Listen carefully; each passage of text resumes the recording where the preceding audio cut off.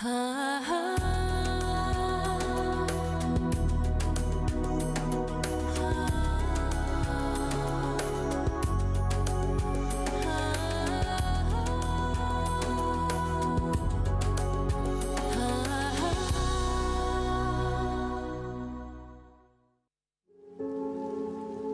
seorang lelaki sahabat radhiyallahu anhu, riwayat Bukhari, ketika sahabat itu meminta izin untuk berjihad, Rasulullah sallallahu alaihi wasallam bertanya, "Apakah kedua orang tuamu masih hidup?"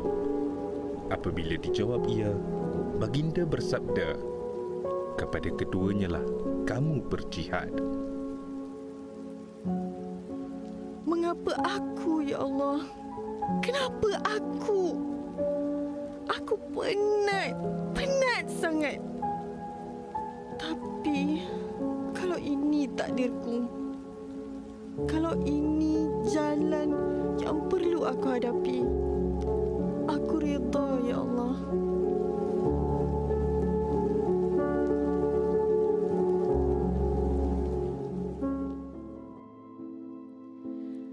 Bukannya dia tidak ikhlas. Hanya terkadang dia merasakan dirinya amat penat.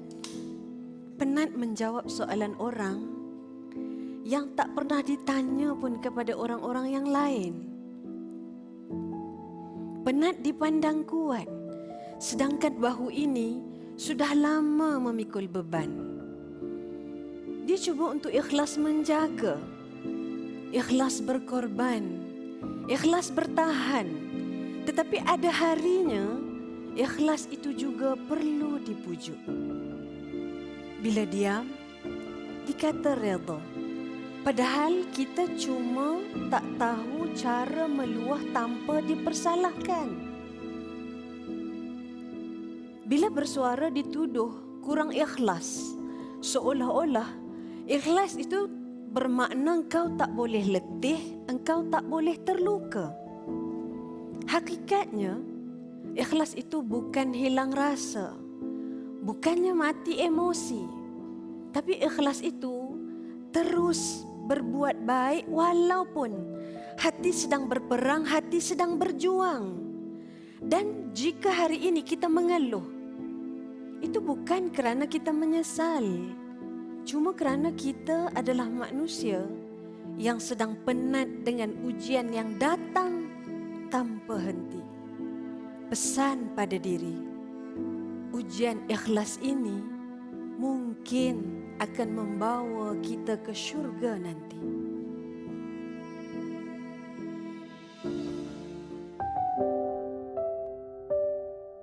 Firman Allah Subhanahu wa Ta'ala maksudnya, dan Tuhanmu telah perintahkan supaya engkau tidak menyembah melainkan kepadanya semata-mata, dan hendaklah engkau berbuat baik kepada ibu bapa jika salah seorang dari keduanya atau kedua-duanya sekali sampai kepada umur tua dalam jagaan dan peliharaanmu, maka janganlah engkau berkata kepada mereka sebarang perkataan kasar, sekalipun perkataan dan janganlah engkau menengking menyergah mereka, tetapi katakanlah kepada mereka perkataan yang mulia, yang bersopan santun.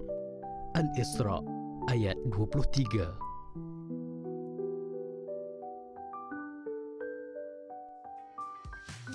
Bismillah wa salatu ala rasulillah. Allahumma salli ala sayyidina Muhammad wa ala ali sayyidina Muhammad.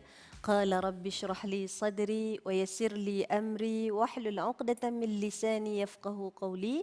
Allahumma amin. Amma ba'd. Assalamualaikum warahmatullahi wabarakatuh. Kata orang tua-tua, kalau tuan ke Tanjung Muara, belikan saya buah mempelam. Daripada bunyi suaranya, rasanya semua kenyang makan malam. Betul tak? Alhamdulillah. Apa khabar semua yang berada di studio? Alhamdulillah. Tuan-tuan yang berada di rumah hari ini bersama dengan kita dari Hati Wanita. Di studio ini adalah sahabat-sahabat daripada Perkep gombak alhamdulillah, berbaju hijau, bertudung putih. Ini maknanya perempuan-perempuan yang sedang bahagia insya-Allah. Dan kita doakan juga semua yang berada bersama dengan kita pada malam ini, inilah perempuan-perempuan yang sedang mencari jalan untuk merasa tenang dengan apa yang sedang dilalui pada hari ini.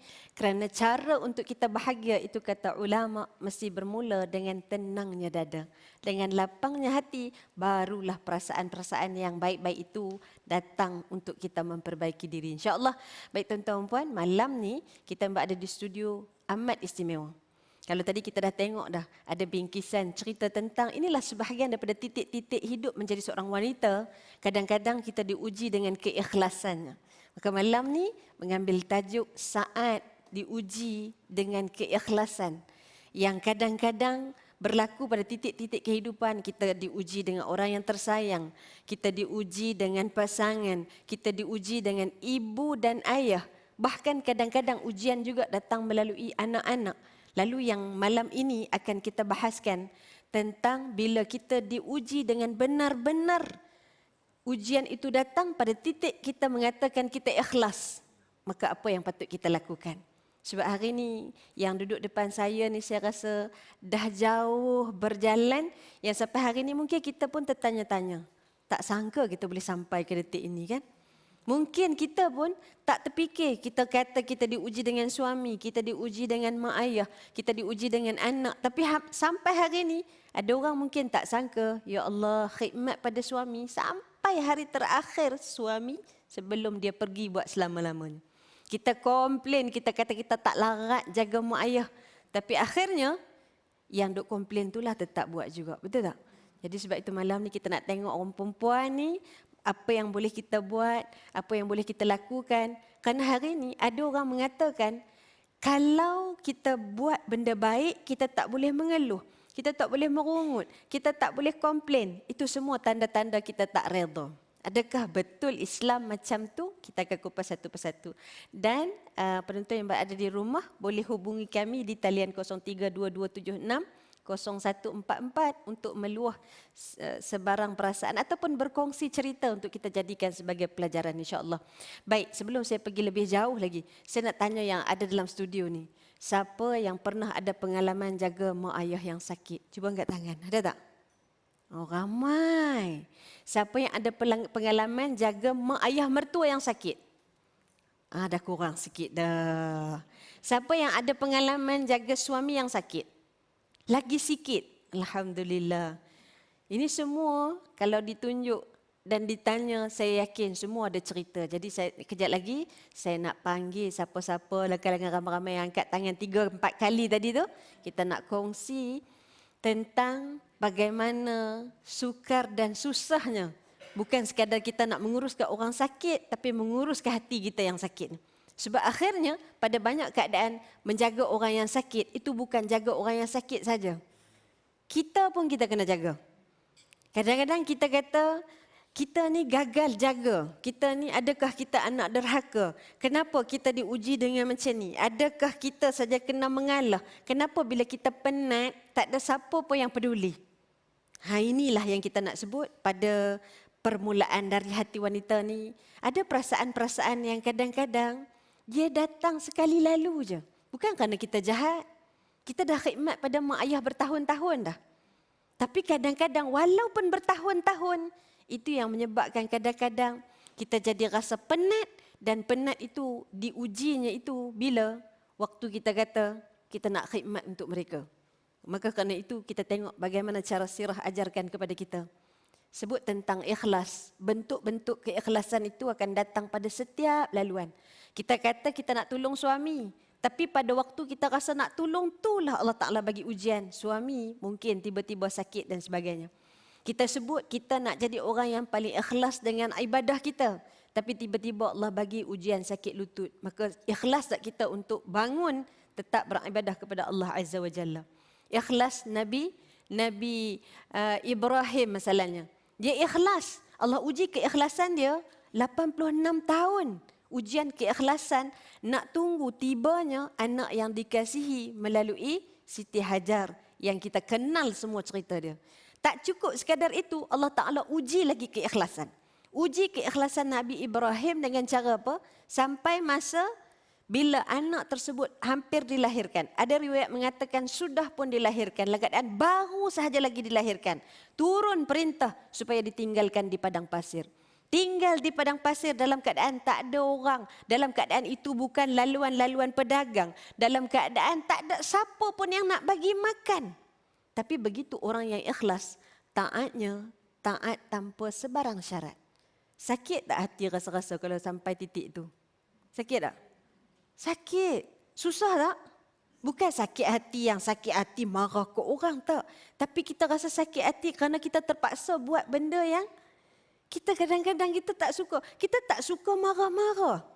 Tapi kadang-kadang terjadi kemarahan itu menyebabkan akhirnya kita rasa sakitnya hati kita. Kita rasa penat padahal kita tak nak kepenatan tu. Kerana kadang-kadang inilah bentuk-bentuk ujian yang Allah Ta'ala sebutkan. وَلَنَبْلُوَنَّكُمْ بِشَيْءٍ مِّنَ الْخَوْفِ وَالْجُوعِ وَنَقْصٍ مِّنَ الْأَمْوَالِ وَالْأَنْفُسِ وَالثَّمَرَاتِ وَبَشِّرِ الصَّابِرِينَ. Allah Ta'ala kata hidup kita ni Allah akan bagi ujian. Anak, suami, isteri, keluarga, harta, kerjaya, diri kita, bisnes kita, itu semua bentuk-bentuk ujian. Lalu di hujungnya Allah Ta'ala sebut wabasyiris sabirin. Dengan semua nikmat yang Allah Ta'ala bagi ni, kita sebutlah kita ikhlas ataupun tidak, wabasyiris sabirin. Datangnya dengan kalimah sabar. Maknanya apa? Ayat ni seolah-olah bagi mesej pada kita, yang ada di tangan engkau hari ini, kami akan beri ujian sehingga sampai masa kadang-kadang kita teruji dengan sabar kita. Sabar yang bagaimana, yang ni akan kita ulas selepas kita berehat seketika. Boleh kita rehat dulu? InsyaAllah. Selepas ini kembali bersama dengan Dari Hati Wanita. InsyaAllah.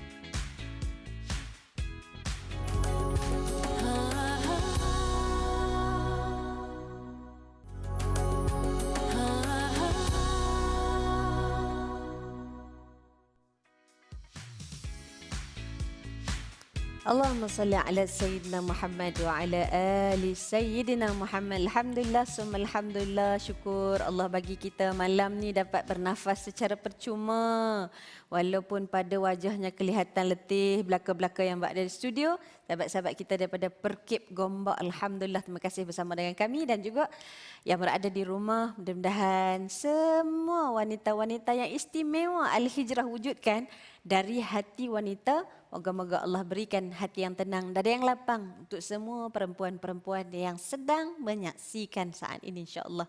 Baik, tuan-tuan puan dirahmati Allah Subhanahu wa taala, malam ni kita berbicara tentang saat ikhlasmu benar-benar teruji. Tadi saya sempat bacalah sikit, ada sahabat-sahabat kita di TikTok. Kita sedang live juga saat ini di TikTok dan juga di Facebook Live. Ada sahabat di TikTok katanya sedang diuji dengan suaminya sakit, isteri tiba-tiba diberhentikan kerja. Ada yang kata dalam fasa kesakitan kehilangan suami. Ada yang kata ibu 15 tahun stroke di samping ayah yang sakit tua. Subhanallah. Inilah bentuk-bentuk ujian, bentuk-bentuk musibah yang Allah Subhanahu wa taala beri pada kita. Yang kita sebut dah tadi. Quran kata wabasyiris sabirin. Beri khabar gembira kepada orang yang sabar. Susah ke senang nak sabar? Susah. Semua setuju susah. Siapa rasa sabar tu senang je? Cuba angkat tangan. Senyum tu dah tahu dah susah, betul tak? Kan? Apatah lagi yang duduk di tempat tersebut. Jadi kita ajak semua, termasuk penonton, kalau ada yang nak menghubungi kami, nak bercerita tentang bagaimana susah dan payahnya, tapi semua itu alhamdulillah berjaya dihadapi, hubungi kami di talian 032276 0144. InsyaAllah mudah-mudahan malam ni kita dapat dengar suara orang untuk berkongsi cerita, berkongsi rasa dengan kita, insyaAllah. Baik, sebelum kita ambil panggilan, nak tunggu sahabat-sahabat kita ni datang, insyaAllah saya nak sambung sikit tentang bagaimana Allah Ta'ala sebutkan kepada kita. Orang yang bila disebut beri khabar gembira kepada orang yang sabar, maka kita mungkin tertanya-tanya apa makna sabar. Orang kena sebut sabar. Sabarlah, sabar. Sabar ni bukan untuk disebut. Sabar ni untuk dia apa? Untuk diamalkan, untuk dilakukan, untuk dirasakan. Kalau orang sebut pada kita sabarlah, sebut sabar senang. Tapi bila nak bawa, tak kata ke orang, kadang yang ustazah pun tudung labuh terbang. Sabar. Sabar ni apa? Sabar ni adalah pada henjutan yang pertama, kena saja benda yang kita tak suka, kita boleh bertahan. Dan Quran sebut sambungan ayat tadi, allazina idza asabatuhum musibah qalu inna lillahi wa inna ilaihi raji'un. Quran kata yang dimaknakan dengan sabar itu siapa? Orang yang bila dapat benda dia tak suka, dia kata apa? Inna lillahi wa inna ilaihi raji'un. Tapi masalah orang Melayu kita ni, kalau inna lillahi wa inna ilaihi raji'un tu maknanya apa? Meninggal. Balik rumah tengok, ya Allah ya Tuhan, suami aku ni duduk atas sofa. Tengok TV tu. Inna lillahi wa inna ilaihi raji'un. Bahasa kita orang mengaji. Suami kata apa? Siapa yang mati? Tu kan kadang-kadang nak kata awak lah yang mati tu kan. Tapi kita tengok bagaimana cara Al-Quran didik kita. Berkata ataupun menyebutkan inna lillahi wa inna ilaihi raji'un itu bukan untuk orang yang kita nak marah, orang yang kita sakit hati, orang yang kita rasa penat, orang yang kita rasa tak larat, tak. Mengatakan itu untuk siapa? Untuk hati dan diri kita.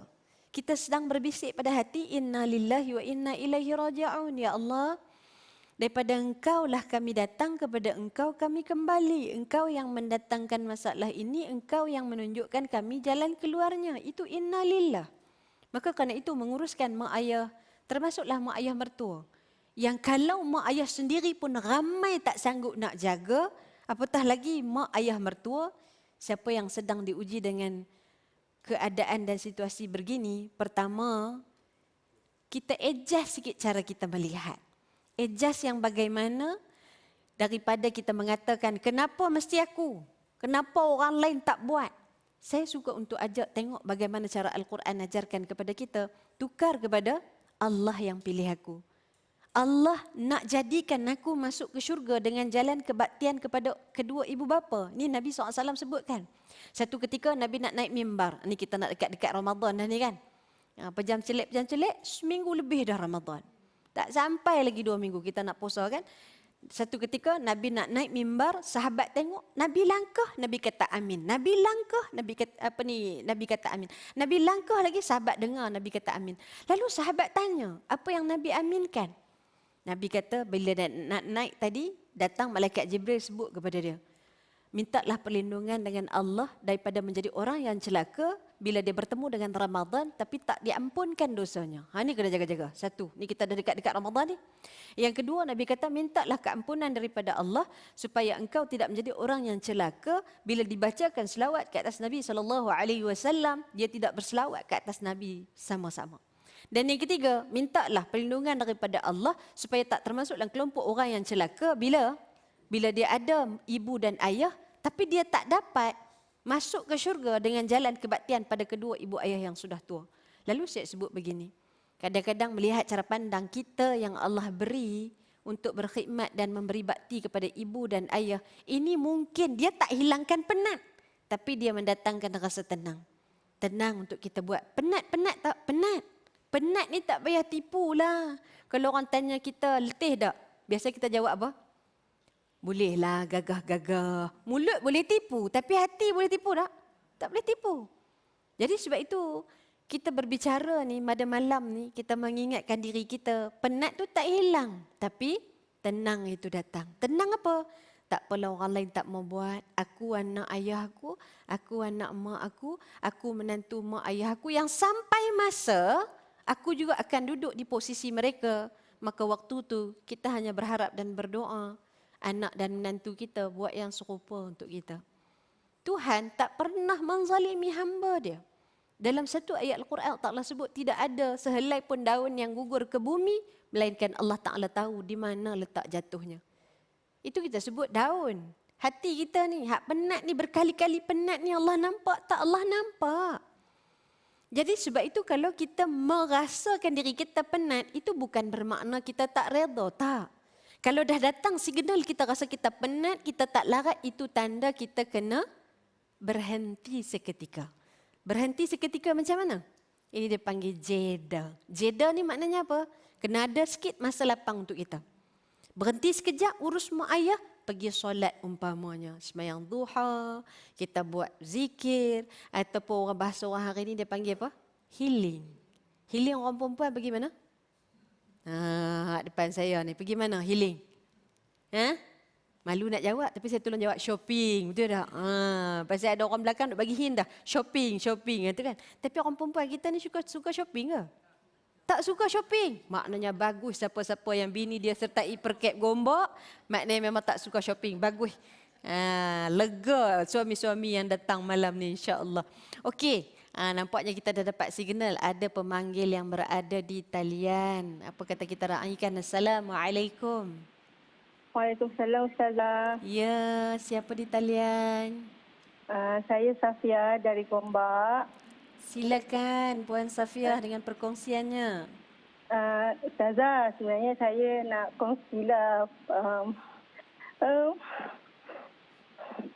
Ayah saya dah meninggal 10 tahun yang lepas.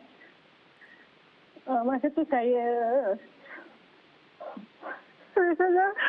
tiba-tiba saya teringat arwah saya, ayah saya. Masa tu saya student lagi dekat UC. Jadi setiap kali saya cuti semester, saya akan jaga ayah saya lah.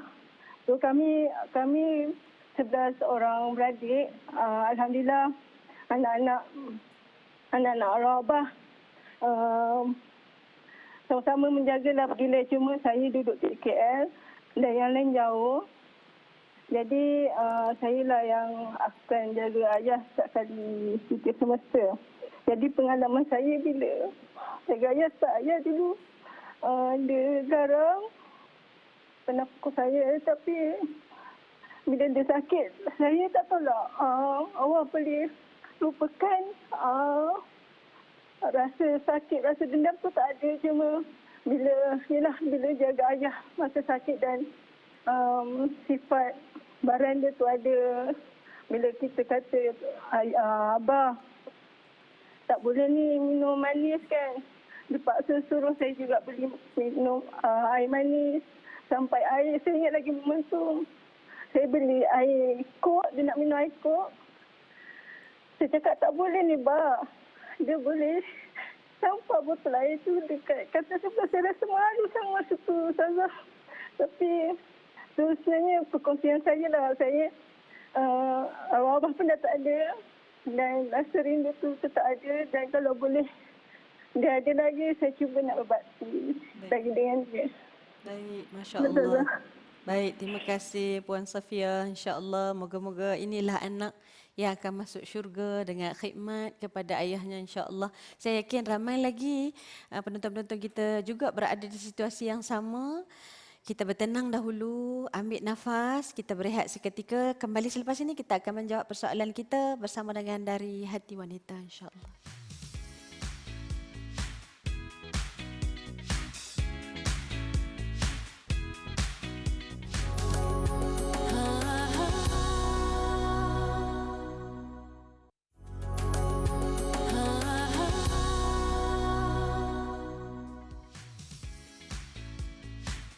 Allahumma salli ala Sayyidina Muhammad wa ala ali Sayyidina Muhammad. Alhamdulillah, summa alhamdulillah. Terima kasih kepada anda masih memilih siaran bersama dengan kami daripada Dari Hati Wanita insya-Allah. Mudah-mudahan yang berada di studio, baik yang berada di rumah secara TikTok ataupun Facebook Live, moga-moga ini semua wanita-wanita yang sedang dipersiapkan untuk masuk ke dalam syurga, dibimbing hatinya berdepan dengan apa sahaja ujian yang ada. Baik, tadi sebelum kita berhenti rehat, seorang sahabat kita telefon berkongsi tentang perasaannya menjaga seorang ayah yang baran, yang akhirnya hari ini bila dikenang dan dikenang kembali, rasa sakit tu seolah-olah tak nak berlalu pergi. Jadi macam mana kita buat? Inilah kita sebut kehidupan kita yang kadang-kadang dia takkan terus hilang, tak? Ada kelukaan-kelukaan yang Allah Ta'ala sengaja tinggalkan, mungkin sebagai satu mesej nak sebut bahawa satu ketika kita pernah berjuang untuk ayah kita. Satu ketika kita pernah bertahan untuk menjadi orang yang baik. Lalu hari ini bila berada di titik yang sama, seolah-olahnya mungkin kelukaan-kelukaan yang lama itu datang untuk memberitahu pada kita sebenarnya kita boleh jadi perempuan yang baik-baik saja. Maka sebab itu bila dengar daripada apa yang dikongsikan oleh Puan Safia, saya sebut macam ni. Orang yang tak buat baik pun akan menyesal, Orang yang buat baik pun kadang-kadang akan datang penyesalannya dengan cara yang tersendiri. Kita dah jaga dah mak ayah kita. Menyesalnya apa? Kenapa dulu aku tak buat baik lagi? Orang yang tak buat baik, kenapa aku tak buat macam tu dulu lagi? Sebab itu semua ni kadang-kadang dia akan berlalu dengan masa. Nak cakap masa yang berlalu, saya nak panggil tetamu istimewa saya yang berada di studio, yang dah pernah melalui fasa menjaga orang yang sakit, bukan sekadar suami, mak ayah sendiri, mak mertua dan juga adik-beradik lagi. Ini saya rasa saya nak jemput, saya nak berdiri tetamu yang istimewa saya ni. Saya nak panggil Kak Hanim untuk datang ke sini. Boleh Kak Hanim? Mai Kak Hanim kita insya-Allah. Subhanallah. Terima kasih Kak Hanim. Kak Hanim sini Kak Hanim. Kak Hanim pusing tunjuk. Okey Kak Hanim pegang ni. Kak Hanim boleh kongsi sikit tak? Macam mana berdepan, sebab ada yang tanya tadi, macam mana nak bertahan jaga orang yang sakit, yang kita pun sakit juga. Mula 2004 saya balik kampung. Kampung Mutasih, Jelebu Negeri Sembilan. Jaga mak mentua. 3 serangkai penyakit dia. Naik sikit. Darah tinggi, kencing panis, paru-paru berair, jantung. 2 minggu di rumah, seminggu hospital. Kadang 2 minggu kat hospital. Lepas tu dia kena buah pinggang pula. Jadi masa dia hospital, saya pergi mandikan dia bersama arwah suami lah. Dah siap mandi, bagi makan apa semua, balik untuk bekerja. So kita buka kedai getah. Okay. Selama 2010, dia meninggal. Lepas tu pak mentua pula. Jaga-jaga pak mentua sampai potong kaki. Kencing manis. Di siang di rumah dia, malam dia datang masa tidur, pagi dia balik-balik. Jadi bertahun juga saya jaga, 2014 akhirnya dia meninggal. Setelah kaki dipotong lah. Saya ulang alik Hospital Seremban. Sebab arwah suami saya memang berjanji untuk menjaga bapa dan mak dia. 2014 bapa dia pula pergi. Selepas tu dia pula sakit. Arwah suami. Dia gaut yang terlampau. Sehingga kaki nak dipotong lah. Dia punya asid terlampau tinggi kan. Sebulan saya di hospital, anak tinggal ke rumah bapa saudara. Cuma telefon lah, hubung. Adik dah makan ke?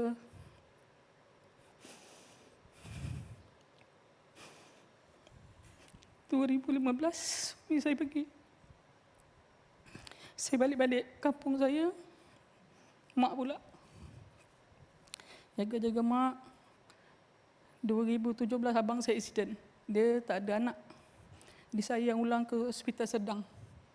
Akhirnya dia meninggal. Setahun sebulan. Dan lepas tu jaga mak lah. Mak penyakit semua ada lah kan. Lepas tu mak pula meninggal. Sekarang saya tinggal dengan anak-anak lah. Alhamdulillah anak dah besar-besar semua. Seorang dekat UiTM, seorang dekat Matrix. Sekarang seorang baru lepas. Tinggal Telima. Saya sayang dengan anak-anak je lah. Penat tak? Saya nak tanya satu, penat tak? Penat sangat bila malam kita lurus pinggang baru terasa penat. Kita ikhlas tapi hati tu ada terdetik. Penatnya aku jaga. Tapi istighfar balik. Tak apalah. Sebab besok, esok-esok mungkin anak pula akan jaga kita. Kalau kita tak jaga mak mentua kita, pak mentua semua, mungkin anak besok akan buat pada kita pula macam tu. Itu je yang saya ingat. Semua kawan-kawan saya cakap, bagus kau, pahala kau banyak. Aku bukan nak pahala. Itu tanggungjawab saya sebagai menantu dan pada mak dan bapa saya. Sikit nasihat agak untuk semua yang berada di sini dan yang berada di rumah, yang sedang berjuang menjaga orang yang tersayang, yang sakitnya hati, yang pedihnya perasaan. Bila orang tak faham kita nak jadi orang baik, tapi kadang-kadang orang kata itu tanggungjawab yang mesti kita buat. Nasihat saya sabarlah Ustazah. Sabar. Dan cerita, kita kan ada seorang BFF kita untuk kita curahkan cerita. Baru kita rasa macam, lega. Dekat suami pun kita cerita juga, cuma sabarlah. Nak buat macam mana mak kita. Mak dia, mak kita kan. Itu je lah, sabar je lah. Habis sekarang, Alhamdulillah, saya dengan anak-anak. Tuhan bagi ya Allah. Mudah-mudahan ni kawan syurga kita ni insya-Allah. Mudah-mudahan Allah bagi yang baik-baik untuk Kak Hanim insya-Allah. Terima kasih banyak-banyak Kak Hanim. Insya-Allah. Tuan-tuan puan, inilah sebahagian daripada kisah yang kita akan jumpa dalam sepanjang perjalanan kita nak jadi perempuan yang baik-baik. Inilah sejarah yang kita nak belajar. Ada sebenarnya perempuan yang baik-baik. Kat mana perempuan baik tu? ada dalam diri jiwa yang sedang menonton saat ini. Inilah orang yang baik yang sedang bertahan dan sedang berjuang. Inilah orang yang baik yang walaupun dia terluka tetapi dia tetap memilih untuk bertahan. Inilah orang yang baik yang walaupun dia hampa tak diberikan balasan yang serupa, dia tetap memilih Tuhan kerana nama tanggungjawab, tetap dia melakukan apa yang patut dilakukan. Subhanallah. Kadang tak terluah dengan perkataan, tapi hati saja yang tahu beratnya menanggung beban. Lalu bagaimana pesan Al-Quran? Balik kepada Tuhan. Balik dengan cara yang bagaimana? Pada berat bahu yang sedang dipikul, tumpahkan, jatuhkan pada sujud kita kepada Allah Subhanahu wa taala. Bangun malam wahai wanita-wanita yang sedang bertahan dan berjuang. Bangun malam wahai wanita-wanita yang sedang mempertahankan kesabaran. Bangun malam wahai perempuan-perempuan yang sedang merasakan dirinya tidak difahami oleh mana-mana insan. Insya-Allah pada Allah Subhanahu wa taala kita pulangkan. Moga-moga Allah beri kita kekuatan untuk terus kita bertahan, insya-Allah. Saya difahamkan ada sahabat kita pemanggil yang berjaya menembus talian. Okay, ada sesuatu yang nak dikongsi, jom sama-sama kita dengar, insya-Allah. Assalamualaikum. Waalaikumsalam warahmatullahi wabarakatuh. Ustazah yang dirahmati Allah. Masya-Allah, siapa di talian? Ni saya Subina Yusof. Aha, silakan. Dari Tanjung Karang, Ustazah ya. Saya nak kongsi macam ni lah Ustazah. Saya ni tak ada mak, tak ada ayah dah kan. Adalah seorang kakak tu, dia pun dah tak ada mak, tak ada ayah, tak ada suami, tak ada anak Ustazah. Lepas tu, dia dah uzur. Lepas tu kan, dia macam kita berganti-ganti, adik-beradik berganti macam seminggu. Lepas tu sana seminggu, sini seminggu. Lepas tu yang adik-beradik lain pun dah macam uzur juga. Lepas tu dia ambil keputusan supaya dia minta dihantar ke inilah tempat asrama orang-orang tua tu kan, yang bayar tu lah. Sebab di sana adalah yang menjaga, ada dikawan kan. Kadang kat rumah tu dia duduk dalam bilik seorang je macam tu. Soalan saya Ustazah, saya macam terkilat jugalah kan sebab saya tak boleh nak jaga dia Ustazah. Dia seorang-seorang kan. Lepas tu tak ada anak, tak ada siapa. Harapkan kita orang ni lah kadang datang menjenguk lah dia dekat asrama sekarang ni. Pun masing-masing uzur nak datang tu agak jauh kan. Jadi kita orang telefon je Ustazah. Jadi adakah kita orang ni berdosa ke ataupun macam mana Ustazah? Okey, baik. Okey, terima kasih Ustazah. Assalamualaikum. Waalaikumsalam warahmatullahi. Ini soalan yang kadang-kadang saya rasa ramai orang rasa yang sama. Berdosa tak kita? Saya sebut begini, jangan paksa untuk kita jadi sempurna. Jangan paksa untuk kita buat benda-benda yang di luar kemampuan kita. Kita dah tahu kapasiti kita kat situ. Jangan tinggal, tak boleh buat semua. Jangan tinggal semua. Kita mampu untuk tanya khabar kak, apa khabar kak. Kita hanya mampu nak hantarkan sepinggan makanan. Hantar sepinggan makanan kerana akhirnya Tuhan tak menilai kita berjaya ataupun tidak. Tapi Tuhan akan nilai kita dengan apa yang sudah kita usahakan.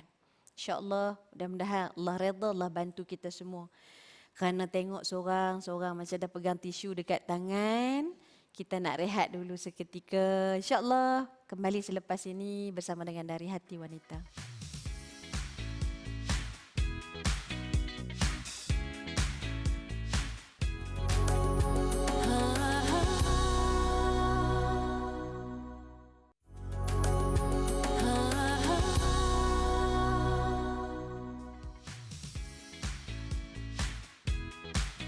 Allahumma salli ala Sayyidina Muhammad wa ala Sayyidina Muhammad. Alhamdulillah, summa alhamdulillah. Malam ni ada banyak perkara yang kita muhasabahkan, baik laki-laki ataupun perempuan, dalam soal nak menjadi orang yang ikhlas, terutamanya dalam bab berbakti pada ibu dan ayah yang sedang sakit dan uzur. Ini ujian yang benar-benar kadang-kadang menguji kesabaran kita sebagai seorang anak. Nampak macam ada dalam kalangan sahabat-sahabat yang duduk di studio ni tak puas hati. Tak tanya lagi soalan. Nanti balik malam tak boleh nak lelap duk teringat soalan nak diajukan. Jadi kerana ada yang dah bagi hint, saya buka ruang. Kalau ada dalam studio nak bertanya soalan, silakan. Okey, Assalamualaikum warahmatullahi Duduk pun tak apa. Ustazah. Boleh, duduk pun boleh. Okey. Okey, saya Kazai daripada Sentul ingin bertanya satu soalan pada Ustazah kan. Ya. Okey macam ni, ada adik-beradik ramai lah. Semua dah berkejaya, berkebolehan. Jadi dalam sebaik-baik untuk menjaga ibu atau bapa yang dah uzur sangat usia, tapi bukan uzur yang dah wagemah, yang betul-betul menguji. Maksudnya dia punya tahap kesihatan seolah-olah seperti memang langsung tak boleh berjalan maksudnya. Perlu perhatian 100%. Jadi jalan terbaik itu sama ada yang bagaimana untuk menyelesaikannya. Baik, Allahumma salli ala sayyidina Muhammad wa ala sayyidina Muhammad. Soalan ni datang dengan sangat tepat kerana hari ni kita sedang berlaku fenomena orang tolak menolak untuk jaga mak ayah. Anak hari ni nak bawa mak ayah ke hospital pun tengok ada berapa ringgit dalam dompet. Kenapa saya seorang je kena bagi? Kenapa Kak Long tak bagi? Kenapa Bangah tak bagi? Kenapa mesti saya? Bukan saya seorang anak ayah. Pernah dengar dialog tu? Sangat berbeza dengan orang yang sudah menjadi ibu dan ayah. Mak ayah kalau anak sakit, nak bawa ke hospital, tak tengok ada berapa ringgit. Angkat anak tadi, bawa kerana ini anak aku. Tapi begitu kita bila menjadi seorang anak, kita tak perasan. Banyak yang kita tinggalkan. Maka kerana itu, bila ditanya yang paling baik, pada saya pertama, bincang adik-beradik. Kita hari ni kuat kerana mak ayah kita masih sihat, masih hidup. Kalau orang yang mak ayah dah sudah meninggal dunia hari ni, kalau kita balik ke kampung, masing-masing sibuk dengan keluarga masing-masing. Sebab itu, bawa berbincang sama adik-beradik. Yang kedua, kalau pun adik-beradik tak nak jaga, saya nak sebut begini, kita ni selama kita menjadi seorang anak, ya, kita ini dibinkan dengan nama bapa kita dibentikan dengan nama ibu kita. Pada saya, inilah peluang untuk kita jangan lagi bertanya apa yang orang lain sumbang, tapi apa yang aku nak lakukan. Berhenti tanya, orang lain buat apa, orang lain buat apa. Akhirnya hanya menyebabkan terluka itu berganda-ganda. Yang kita nak tanya apa mampu aku buat. Kita mampu, kita buat. Tak mampu, kita duduk diam. Sebab kadang-kadang dah lah tak mampu, dah lah tak tolong, menyakitkan hati pula. Suruh Kak Long jaga. Kita tak bantu dengan duit, tak bantu dengan tenaga. Kita kata pula Kak Long ni tak pandai jaga mak ayah kita. Ini sangat menyakitkan. Padahal tanggungjawab jaga mak ayah itu tanggungjawab semua orang. Kerana hidup kita ni, kita belajar dengan sejarah kehidupan manusia. Semua orang akan sampai saatnya. Yang muda akan tua. Yang berkeluarga akan sendirian di akhirnya. Yang hari ini buat tak baik kepada mak ayah, sampai masa kita juga akan berada di posisi yang sama. Selama kita ada mak ayah, pada saya lah untuk anak-anak. Kita remind pada diri kita apa kata Nabi SAW.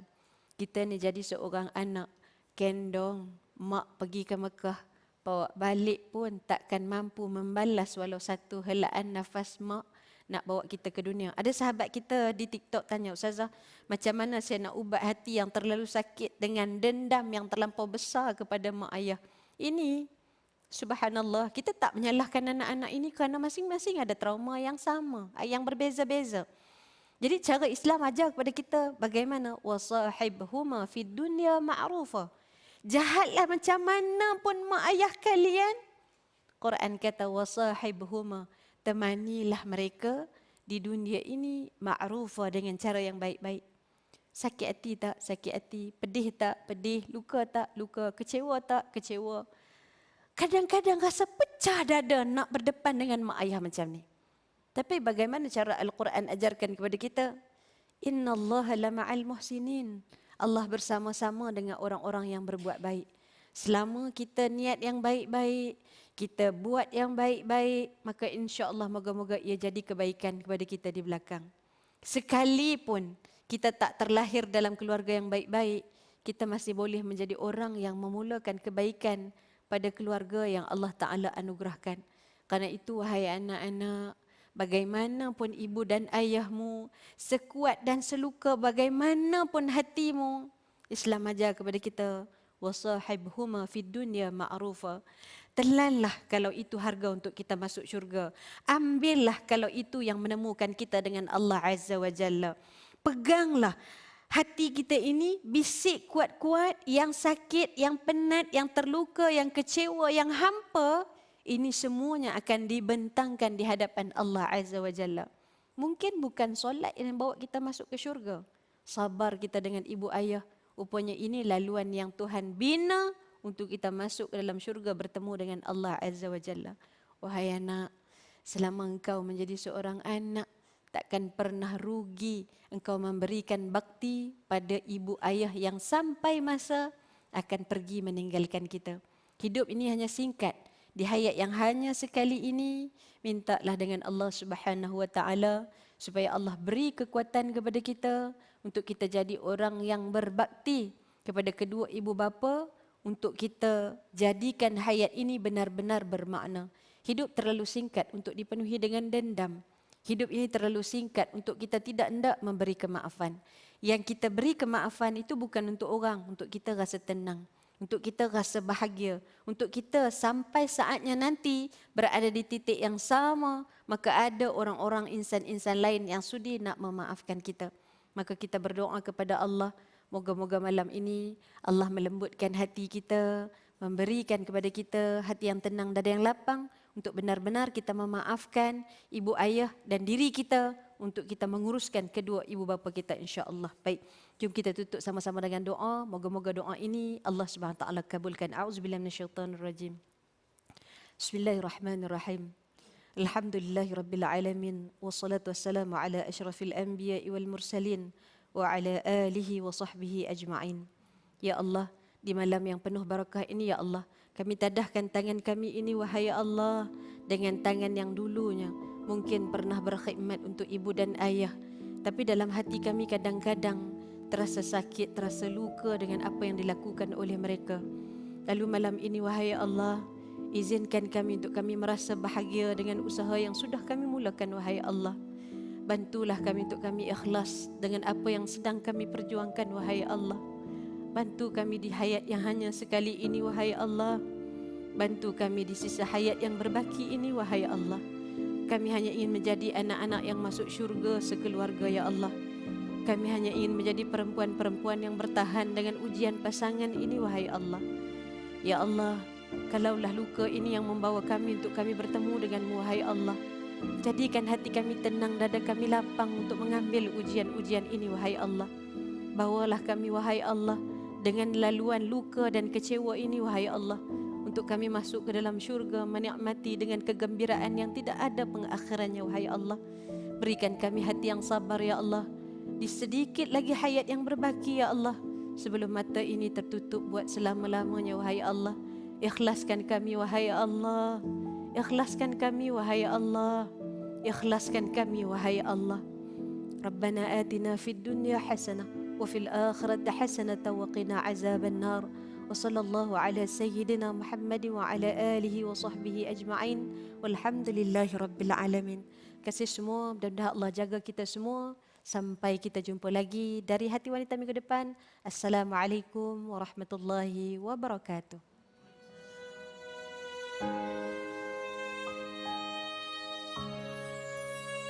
Allahumma salli salatan kamilatan wa sallim salaman tamman ala sayyidina Muhammadin